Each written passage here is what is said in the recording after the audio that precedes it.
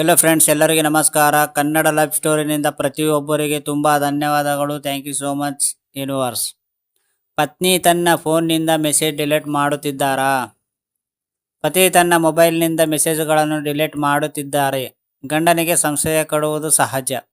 ಯಾವುದೇ ಸಂಸಾರ ನೋಡಿ ಅಲ್ಲಿ ಸಣ್ಣ ಪುಟ್ಟ ಜಗಳ ಇದ್ದೇ ಇರುತ್ತದೆ. ಜಗಳವಿಲ್ಲದೆ ಜೀವನ ಮಾಡಿದ ಯಾವುದೇ ಜೋಡಿ ಇದೇವರೆಗೂ ಇಲ್ಲ. ಸಣ್ಣ ಪುಟ್ಟ ವಿಷಯಗಳಿಗೆ ಪ್ರಾರಂಭವಾಗುವ ಜಗಳ ಆನಂತರ ಬೇರೆ ಬೇರೆ ರೂಪ ಪಡೆದುಕೊಳ್ಳುತ್ತಾರೆ. ಇಷ್ಟೇ ಸಾಲದೆಂಬಂತೆ ಒಬ್ಬರ ಮೇಲೆ ಒಬ್ಬರಿಗೆ ಕೆಟ್ಟ ಅನುಮಾನ ಕೂಡ ಶುರುವಾಗುತ್ತದೆ. ಆದರೆ ಯಾವಾಗ ಈ ಅನುಮಾನ ಎಂಬ ಪಿಶಾಚಿ ನಿಮ್ಮಿಬ್ಬರ ನಡುವೆ ಬಂದು ಬಿಡುತ್ತದೆಯೋ ಅಂದಿನಿಂದ ನಿಮ್ಮಿಬ್ಬರ ಸಂಬಂಧ ಸಂಪೂರ್ಣವಾಗಿ ದೂರವಾಗುವ ಸಾಧ್ಯತೆ ಇರುತ್ತದೆ. ಇದಕ್ಕೆ ಉದಾಹರಣೆ ಎಂದರೆ ನಿಮ್ಮ ಸಂಗಾತಿ ಮೆಸೇಜ್ಗಳನ್ನು ತನ್ನ ಮೊಬೈಲ್ನಲ್ಲಿ ಇಟ್ಟುಕೊಳ್ಳದೆ ಡಿಲೀಟ್ ಮಾಡಿರುವುದೇ ಇದಕ್ಕೆ ಒಂದು ಕಾರಣವಾಗಬಹುದು. ಕೆಲವೊಮ್ಮೆ ಮೆಸೇಜ್ಗಳನ್ನು ಡಿಲೀಟ್ ಮಾಡುವ ಉದ್ದೇಶ ಏನು ಎನ್ನುವುದರ ಸತ್ಯತೆಯನ್ನು ತಿಳಿದುಕೊಳ್ಳದೆ ಸುಮ್ಮನೆ ಅವರ ಮೇಲೆ ಕೋಪ ಮಾಡಿಕೊಂಡರೆ ಮತ್ತು ಸಂಬಂಧವನ್ನು ದೂರ ಮಾಡಿಕೊಳ್ಳುವ ಇಂಗಿತ ವ್ಯಕ್ತಪಡಿಸಿದಲ್ಲಿ ಅದು ನಿಮ್ಮದೇ ತಪ್ಪು ಆಗಿದ್ದರೂ ಆಗಿರಬಹುದು. ಹಾಗಾಗಿ ಈ ಬಗ್ಗೆ ಸ್ವಲ್ಪ ಎಚ್ಚರ ವಹಿಸಿ ನಡೆದುಕೊಳ್ಳುವ ಉತ್ತಮ. ನಿಮ್ಮಿಬ್ಬರ ಪರ್ಸನಲ್ ಮೆಸೇಜ್ ಬೇರೆಯವರಿಗೆ ಓದಬಹುದು ಎನ್ನುವ ಭಯ. ಕೆಲವೊಮ್ಮೆ ಸಂಗಾತಿಯ ಮೊಬೈಲ್ ಆಕೆಯ ಬಳಿ ಇರದೆ ಅವರ ಮನೆಯಲ್ಲಿ ಬೇರೆಯವರ ಕೈಯಲ್ಲೇ ಇರಬಹುದು. ಈ ಸಮಯದಲ್ಲಿ ಅವರು ನೀವು ಆಕೆಗೆ ಕಳುಹಿಸಿದ ಮೆಸೇಜ್ಗಳನ್ನು ನೋಡುವ ಅಥವಾ ಓದುವ ಸಾಧ್ಯತೆ ಇರುತ್ತದೆ. ಈ ವಿಷಯದಲ್ಲಿ ಆಕೆಯೂ ಕೂಡ ಈ ಬಗ್ಗೆ ಮನಸ್ಸಿನಲ್ಲಿ ಗೊಂದಲ ಇದ್ದೇ ಇರುತ್ತದೆ. ಹಾಗಾಗಿ ಕೆಲವೊಂದು ನಿಮ್ಮಿಬ್ಬರ ನಡುವಿನ ಖಾಸಗಿ ಮೆಸೇಜ್ಗಳನ್ನು ಬೇರೆಯವರು ಓದಿದ್ದಾರೆ ಎನ್ನುವ ಭಯದಿಂದ ಅಥವಾ ಮುಂಬರುವ ಸಂಕಷ್ಟವನ್ನು ಮೊದಲೇ ಆಲೋಚಿಸಿ ಮುಂಜಾಗರೂಕತೆಯಿಂದ ನಿಮ್ಮ ಮೆಸೇಜ್ಗಳನ್ನು ಡಿಲೀಟ್ ಮಾಡಿರಬಹುದು. ಕೌಟುಂಬಿಕ ವಿಚಾರಗಳು. ಪ್ರತಿಯೊಂದು ಕುಟುಂಬಕ್ಕೂ ತನ್ನದೇ ಆದ ಕಥೆ ಅಥವಾ ಇತಿಹಾಸವಿರುವುದು. ಸಂಗಾತಿ ಬಗ್ಗೆ ಪ್ರತಿಯೊಂದು ವಿಚಾರವನ್ನು ತಿಳಿದುಕೊಳ್ಳುವ ನಿಮ್ಮ ಉದ್ದೇಶವಾಗಿರಬಹುದು. ಆದರೆ ಅವರಿಗೆ ಕೆಲವು ವಿಷಯಗಳನ್ನು ನಿಮ್ಮೊಂದಿಗೆ ಹಂಚಿಕೊಳ್ಳಲು ಇಷ್ಟವಿರದಿರಬಹುದು. ನೀವು ತುಂಬ ವಿಧೇಯಕರಾಗಿ ಇದನ್ನು ಕೇಳಬಹುದು, ಆದರೆ ಎಲ್ಲವನ್ನು ಹೇಳಿ ಎಂದು ಸಂಗಾತಿ ಮೇಲೆ ಒತ್ತಡ ಹಾಕುವಂತಿಲ್ಲ. ನಿಮ್ಮ ಮೇಲೆ ಇಷ್ಟವಿಲ್ಲದೆ ಇರಬಹುದು.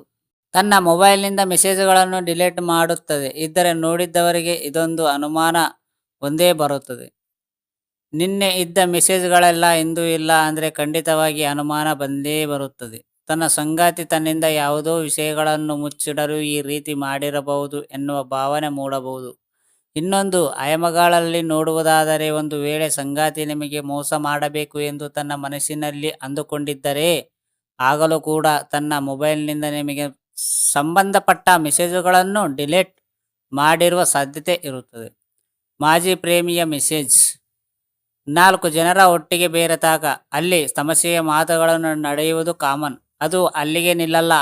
ಕೊನೆಗೆ ಒಬ್ಬರಿಗೊಬ್ಬರು ಮೆಸೇಜ್ ಮೂಲಕವೂ ಸಂದೇಶಗಳನ್ನು ರವಾನಿಸುವವರೆಗೂ ಹೋಗುತ್ತದೆ. ಆದರೆ ಕೆಲವೊಮ್ಮೆ ಇಂತಹ ಪರ್ಸನಲ್ ಮೆಸೇಜ್ಗಳಿಂದಲೇ ಸಂಸಾರದ ಅಲ್ಲುಲ್ಲ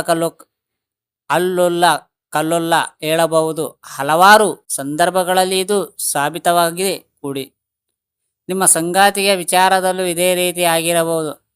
ನಿಮ್ಮ ಜೊತೆ ಮದುವೆಯಾಗುವ ಮುನ್ನ ಆಕೆಗೆ ಬೇರೆಯವರ ಜೊತೆ ಪ್ರೀತಿಯ ಒಡನಾಟ ಇದ್ದಂತಹ ಸಂದರ್ಭಗಳಲ್ಲಿ ಅವರ ವಿಷಯಗಳು ನಿಮಗೆ ತಿಳಿಯಬಾರದು ಎಂಬ ಉದ್ದೇಶದಿಂದ ಅವರಿಗೆ ಸಂಬಂಧಪಟ್ಟ ಮೆಸೇಜ್ಗಳನ್ನು ಡಿಲೀಟ್ ಮಾಡಿರಬಹುದು.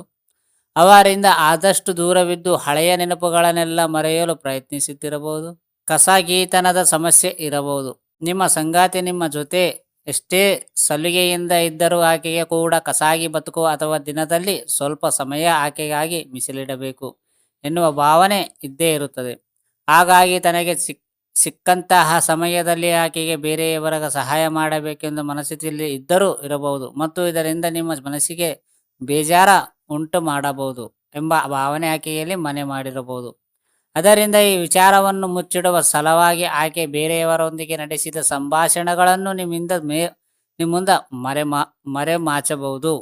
ಈ ಸಂದರ್ಭದಲ್ಲಿ ನೀವು ಆಕೆಗೆ ಕಳುಹಿಸಿದ ಮೆಸೇಜುಗಳು ಅಕಸ್ಮಾತ್ ಆಗಿ ಡಿಲೀಟ್ ಆಗಿರಬಹುದು. ಇದು ಒಂದು ಕಾರಣವಾದರೆ ಕೆಲವರು ನಿಮಗೆ ಸರ್ಪ್ರೈಸ್ ಕೊಡಲು ಸಹ ಈ ರೀತಿ ಮಾಡಿರಬಹುದಾದ ಸಾಧ್ಯತೆ ಇದೆ. ಅರ್ಥ ಆಯ್ತಾ ಫ್ರೆಂಡ್ಸ್? ಈ ಸ್ಟೋರಿ ಕೇಳಿದ ಪ್ರತಿಯೊಬ್ಬರಿಗೆ ತುಂಬ ಧನ್ಯವಾದಗಳು. Thank you so much universe.